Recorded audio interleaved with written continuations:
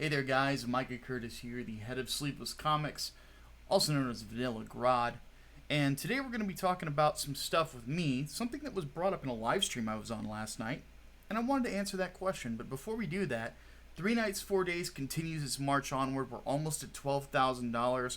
We're also almost at 190 backers. So if you haven't backed the book yet, payday comes up tomorrow, man. Not to mention, we're just barely over a week away before the campaign might end. So we'll see what happens there. I haven't really decided what I'm going to do with it yet. If I'm going to extend, if I'm going to let it go in demand, or if I'm just going to say, let's just go ahead and get this book done and go from there. So mine is up in the air. I don't know what's going to happen. So if you've got the money to back it, I say go for it. We've still got quite a few of the cool tiers left as well. Of course, we're going to print as many comic and art books as people want. There is a reason this is the featured tier, guys. This is, this art book you're only going to be able to get in this campaign. It's not coming back after this. We still have 9 more Get a Sketch tiers. These are the last 9 we're going to open for it. Still have 5 more Be Drawn In tiers. These are the last we're going to open. And 4 more original comic book pages. Again, those are the last ones that we're opening for that. Once they're gone, they're gone. So, alright. Let's go ahead and get into today's topic. So, some people are wondering, why did I go from a channel that was 18,800 subscribers, which is where it's sitting right now, and continuing to drop because I've abandoned it, and go to a channel with only 500 subscribers? I don't want to be a YouTuber. I don't want to be a YouTuber. I want to be a comic book writer. I want to be a professional writer who happens to have a YouTube channel. I like that a lot more than I do YouTuber. I don't want to have a goofy username. I don't want to have an online caricature. I don't want anything along those lines. I want to be me. I want to be Micah Curtis. And even though that channel was named after me, it didn't feel like me. It felt like somebody else. Somebody else who would talk about anything just to get attention on their own name. Because that's what it was. I think that the more I was in the YouTube game as a YouTuber, instead of a creative type, the more I realized how fucking miserable it made me. Because the whole time I was there, making content, I got stabbed in the back by people. I got, constant heckling for opinions. Had threats sent to me, things along those lines, which seems to be pretty common nowadays. It's to the point where I'm actually numb to it. Mostly because there's none of it that you can really take seriously, because it's just some wacko on the internet who can't stand the fact that you have a separate opinion. But more so than anything, it just wasn't fun. Because I felt like I was feigning outrage. Because here's the fact. There's not really a whole lot in the world that pisses me off that's in the entertainment world. Because I'm in a position where I can do something to make some change. And that is to offer an alternative. And as such, the thing about just generally where I was at was that I didn't see a future in it. I see a future in comic books, though. I see a future in my podcast. I see a future in my writing for RT, but there's no real future in YouTube for me, and I think part of it is because I don't want to play the game. I don't want to, constantly be doing that whole mess and thinking about things of what makes good content, not what am I passionate about. And that's what really started to get to me. is like I would look at a topic and I would say, does this make good content? Not, what do I feel about this? What is right? What is wrong? You know, the things that are important to me. And as such, I found that I was absolutely just miserable because there was no direction I could go in that made me happy about things. Meanwhile, the way I have things set up now, I'm a lot happier. You know, with Micah and the Hatman, I have a politics podcast for social issues that I want to talk about. I have an entertainment podcast to talk about entertainment.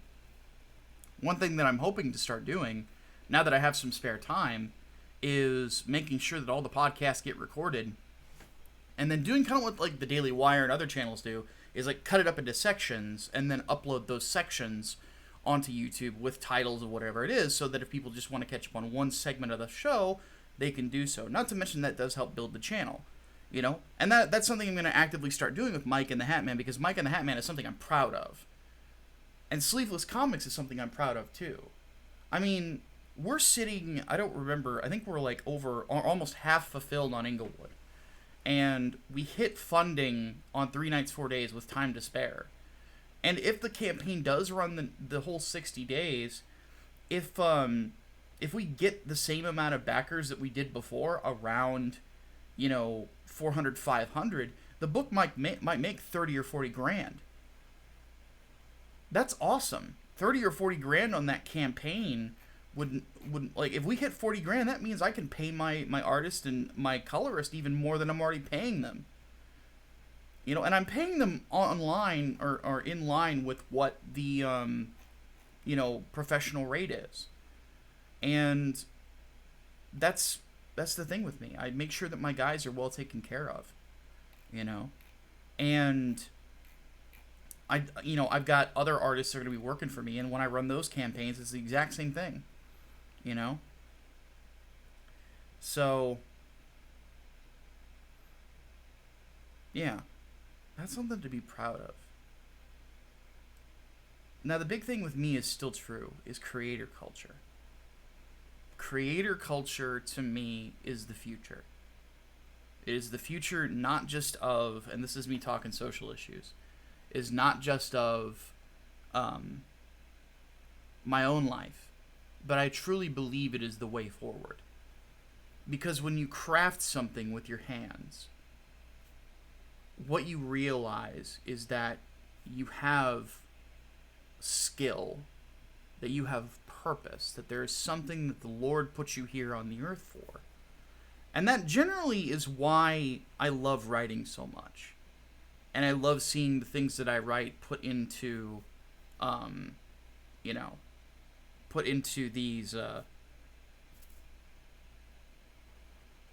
these comics. And I believe that the most miserable people on earth are miserable because they're not creating anything in their life. And creation is different for everyone. Some people are woodworkers, some people work steel, things like that. And I've done those before. I've done woodworking. That almost sounded like Wookiee working. Good Lord, I don't want to know what that is. Are there prostitutes on Kashyyyk? I don't know. But anyway, I've done woodworking in the past. My grandpa taught me how to do it. I've done steel work. I've done, metal casting and things like that. And I have to say, anytime I created something like that, I was exceptionally proud of. I remember walking in the backyard of my grandfather's house after he passed away. It was about a year after he passed away. And I found a birdhouse back there in his yard that said Wren House on it. W-R-E-N. It's a type of bird. Don't know who made that one? Yours truly. And I felt a huge amount of pride in it, because I created that. And it's obvious that my grandfather held it in high regard, because he made that with his grandson.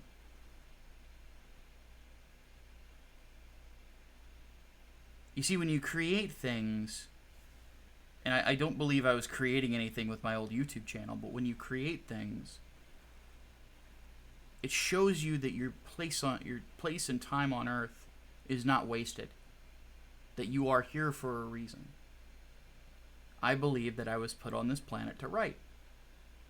I believe that that is why I was created. And it is good. It is good.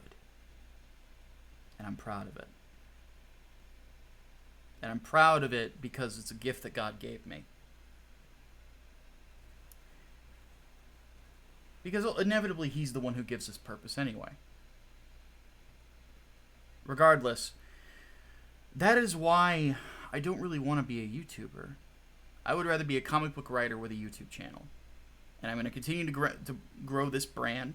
And I'm going to continue to make Sleeveless comics something that people want to be a part of, something that people want to enjoy, and so on and so forth. And that's what I'm going to focus on here. You know, one thing I'm really looking forward to, I can't wait until everybody gets their Inglewood copies, because what I'm going to do is I'm going to do a big old live stream where everybody's welcome. You know, everybody can come in and be in the audience and hang out.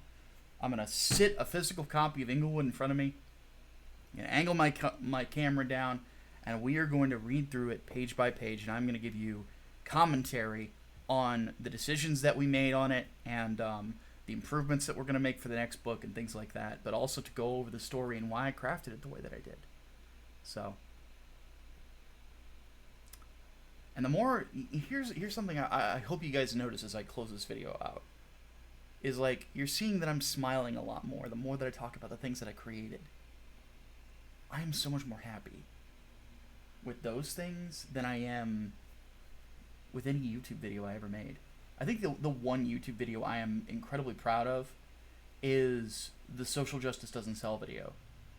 Because it hit 500,000 views, and it was one of the first videos that I can think of that really showed people the insanity that was going on at Marvel and DC. And I take an incredible amount of pride in that. But I take more pride in Inglewood #1 than I do any of my videos. Because I honestly think that that comic has more of a chance to make a difference than that video ever did.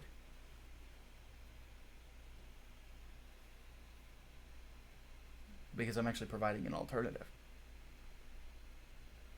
And I'll tell you what, man, like, nothing makes me happier than seeing people send me photos in my Discord server or over Twitter or things like that. It's like, yeah, I got this. This book is amazing. You know, your writing is incredible. That's something to be proud of, dude. YouTube, whatever. Whatever. If you want to do YouTube, God bless you. It's just not for me. Not as a primary. Anyway, thank you guys so much for watching. One more time before I take off. 3 Nights, 4 Days, Part 1 is, again, at $11,735 with 188 backers. So we continue to march on in this little crusade of ours. I'd like to get us to 200 backers before we hit the end of the possible end of the campaign. So I think that would be a pretty damn good milestone, to say the least. Also, another quick update on other projects that are in development right now. We have a few neat little things. The next Inglewood book, which will be a 66-page graphic novel, is fully scripted, and right now Brian is working on another book for the Sleeveless brand called Bombshell that I will be editing as well. So there's that going on too. So that'll be another superhero in that Sleeveless universe, as people are starting to call it. Another great superhero to discuss. On top of that, the Inglewood Peregrine crossover is 1/4 written, and then another book that I have about 8 pages in on is a book that I call The First Servant, which is the story of the first vampires in that universe. And we now have an artist for it.